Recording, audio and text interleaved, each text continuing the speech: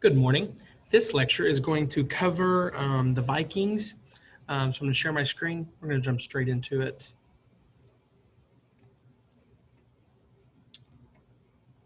Okay, so there's so much like mythology um, and falsehoods that fall into the Viking Age.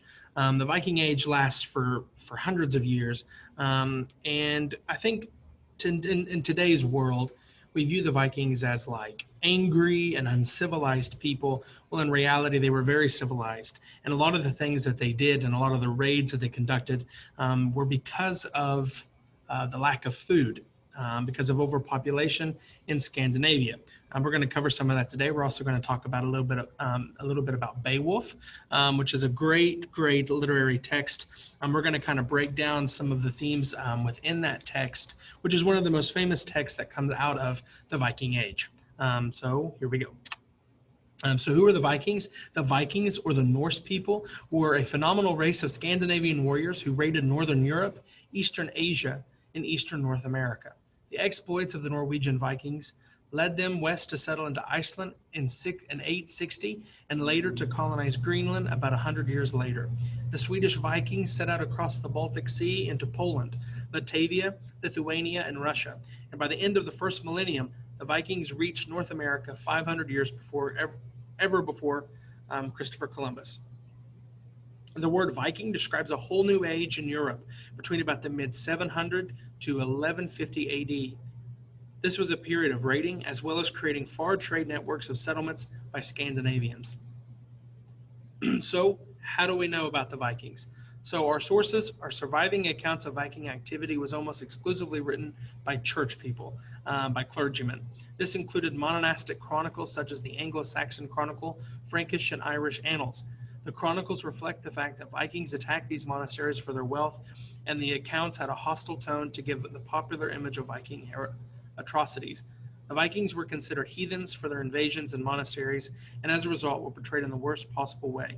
Um, so we've talked a lot in this class about perspective. The perspective on the Vikings, the written work of the Vikings, is written by people who were being harmed by them. So of course it's going to be very negative, where in fact the Vikings were just doing what other people had been doing for thousands and thousands of years, taking what they needed for their own people to survive. You can debate whether or not that's right or wrong. It's just a fact. So the reality is that the Vikings, in their growing pains of overpopulation, needed the things that they needed in order to make their civilization and their culture and their traditions survive into posterity. Yeah. So a saga is a Norse word meaning a tale. These writings provide almost all the knowledge that we have upon the Viking people. There are about 40 sagas that include descriptions of historical events in Iceland and voyages across the North Atlantic from Norway, Greenland, and Vinland, which is Newfoundland. The sagas also have records of family history, such as Eric the Red, who founded Greenland, and his son Leif Erikson, who discovered North America. Archaeology is providing that a lot of these stories have a good basis in fact, and in fact, the Viking saga, the Icelandic sagas, were used to help find what might be the site of Vinland. So, what are their goals? Raids and loot were not the whole story of the Vikings. Land to farm was also a commodity. There were limited sources of food on Scandinavia. They received influences from Europe that they saw as technologically and politically superior to their culture. And then, like many other invaders in history, the Vikings weren't trying to spread their religion, that was paganism, rather gain new resources and new connections. They wanted political and economic advantages for their people.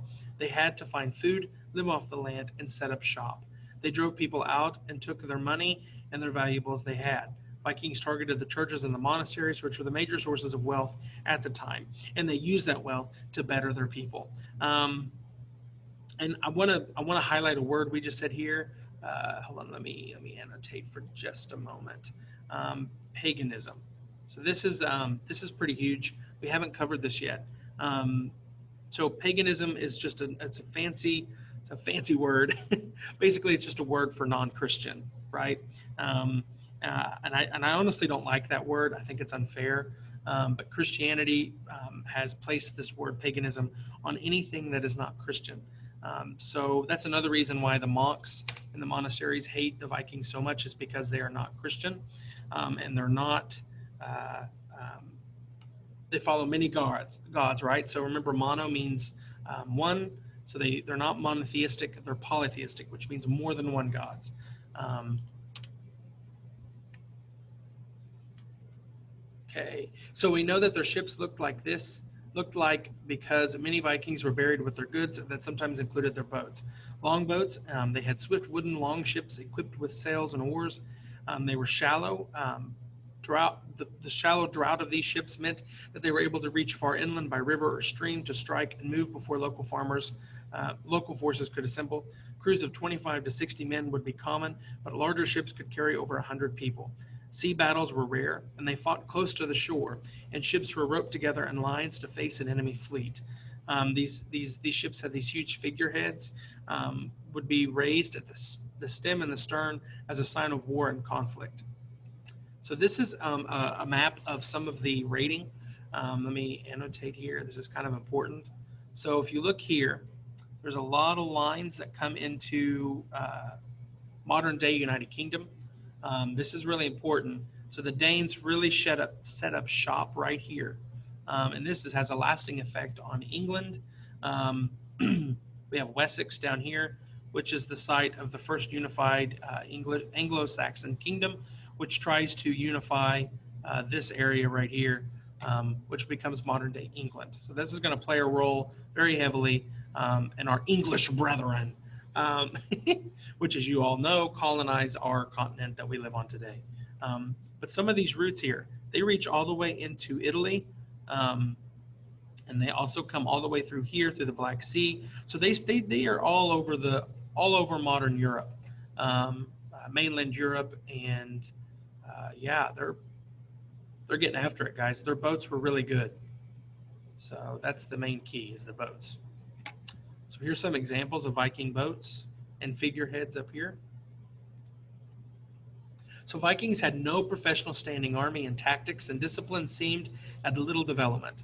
They didn't fight in regular formations. Weapons training began at youth in hunting, sports, and raiding, and chiefs were well protected by a bodyguard. They would either capture and kill their enemies. Many capturers would become slaves.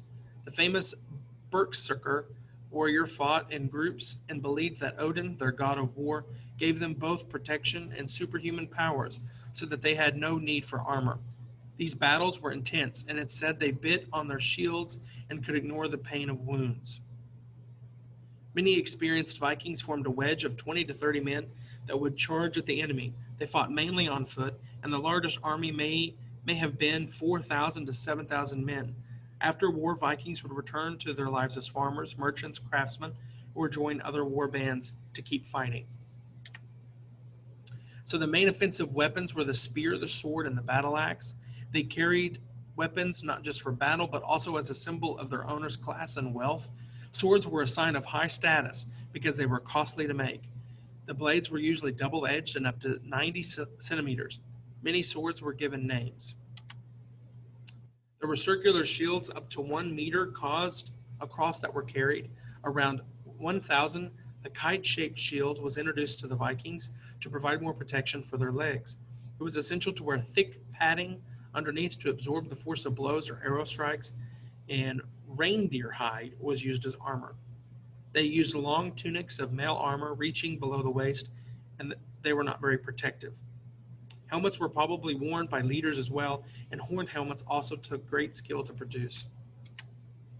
So the first Viking raids were hit and run affairs. There were no coordination, and there was no long-term plan behind them. But the Vikings raided the British Isles and the western portions of the Carolingian Empire and France, and they conquered much of northern England, and they established a kingdom in Ireland. And in 911 AD, Charles III of France gave Normandy to the Viking leader Rollos, who became a Christian. The Vikings reached Iceland, and it had become a settlement for Norwegians and Danes. And in 982, Eric the Red founded Greenland, and Leif Erikson later landed on North America. The Swedes went beyond the Baltic into Russia, Constantinople, and Baghdad. The Swedish kings influenced the growth of early Russian state around Kiev, and the Slavic people called them Rus. They were ruled by Vikings for a long time, and that land was named Russia. So the Russian roots are the Viking roots. So the Vikings became citizens of many places in Europe. So this is what happens to them. Many had become Christians back in their homelands. This led to the downfall of the Norse religion and culture. The kings instituted taxes and the economy changed so that you could get along better off as a trader than a raider. The Viking invasions caused European kingdoms to be more centralized and focused. The European kingdoms learned how to protect themselves and gain by trading and negotiating with the Vikings instead of battling them. So the Viking Age is extremely important for multiple reasons. First and foremost, it allows the kingdoms of Europe to centralize and to unify, which becomes important for the establishment of modern Europe. Kingship, the divine right to rule, this idea that we cannot just be a band of people, we have to be unified under a banner, we have to be centralized. And so you could argue that's good or bad, but regardless, that's what came out of the Viking Age. Their impact is there's many styles of Viking ships that were adopted by other European powers. The signs of Viking influence are found in languages, vocabulary, and place names of the areas that they settled and lived. They had an impact on medieval technology and trade, and were an important part of Europe's development in the early modern age of Europe. So then we have the Beowulf manuscript and a short history of this Viking period and how they relate. So Beowulf was written between 800 and 1000 AD. It was probably written in England by two anonymous monks. It was written in Anglo-Saxon or Old English. Poems deals with the exploits of Beowulf, a Danish warrior, and his battles with several monsters. The themes of fate, Christian virtues, pagan virtues, and social values of Anglo-Saxon period. Beowulf manuscript was translated by Grimmer Johnson, Thorkin in 1815.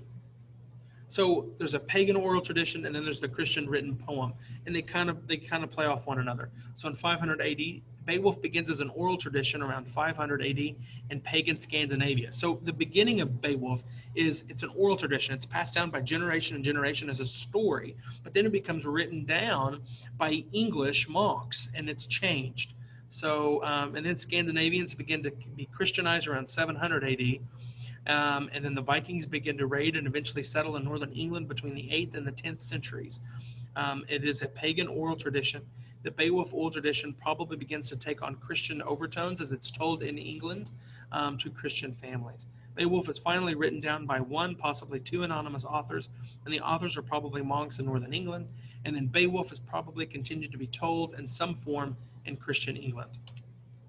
So Beowulf is deeply influenced by the themes of Christian themes and pagan themes, and they all work together to tell the story of a Danish warrior who takes on many monsters using all the powers with him that influence his life.